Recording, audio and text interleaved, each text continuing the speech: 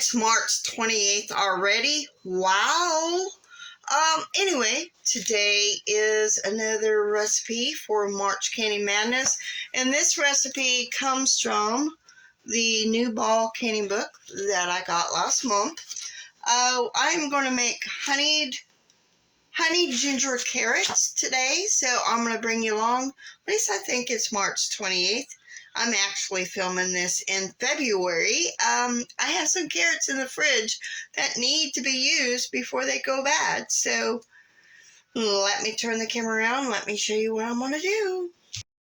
The recipe calls for a little over 2 pounds. I got a 2-pound package of carrots. I need to wash these, peel them, and then slice them, or however I want to be able to put them in the jars. So I'm going to do that, and I'll bring you back when I get done. So I've never done this recipe before, so bear with me. I'm only going to make 4 pints. That's what the recipe calls for. So I need a half a cup of orange juice, and my bigger chunks of oranges I cut in half. Let's see, half a cup of orange juice, 4 tablespoons of soy sauce, 2 teaspoons of ginger, a teaspoon of ginger, a teaspoon of salt, which I'm using pink Himalayan salt, and of course we got to get the honey in there. 4 tablespoons of honey, which was a trick to get out, let me tell you. I'm going to have to get a spatula and get that out. Man, honey is so good. So you got to mix these all up. Mix it all up. Get it all mixed, and then we will put it in the jars. And I got my chicken broth, which I'm using rabbit broth, warming up. So I want to fill it to an inch headspace, which is usually right about there. Now I'm going to put my broth in there. I put a little bit of the liquid in the bottom, so hopefully that is okay. Like I said, I've never made this. So my rabbit broth is filling up. So my rabbit broth is heating up, so I got to fill these jars.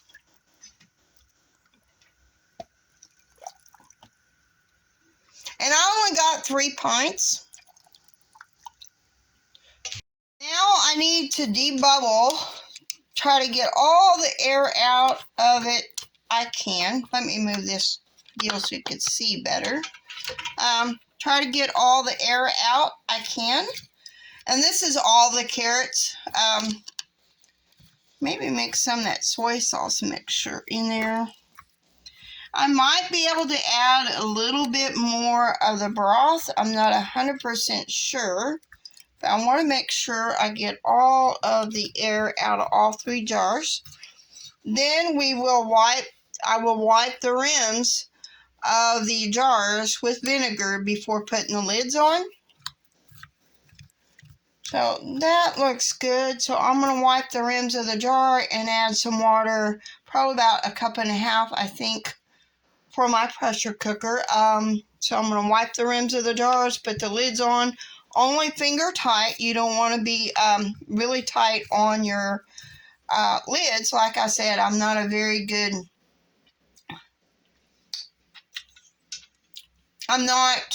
this is my 2nd year pressure canning. So, and this recipe is in the new ball book of canning.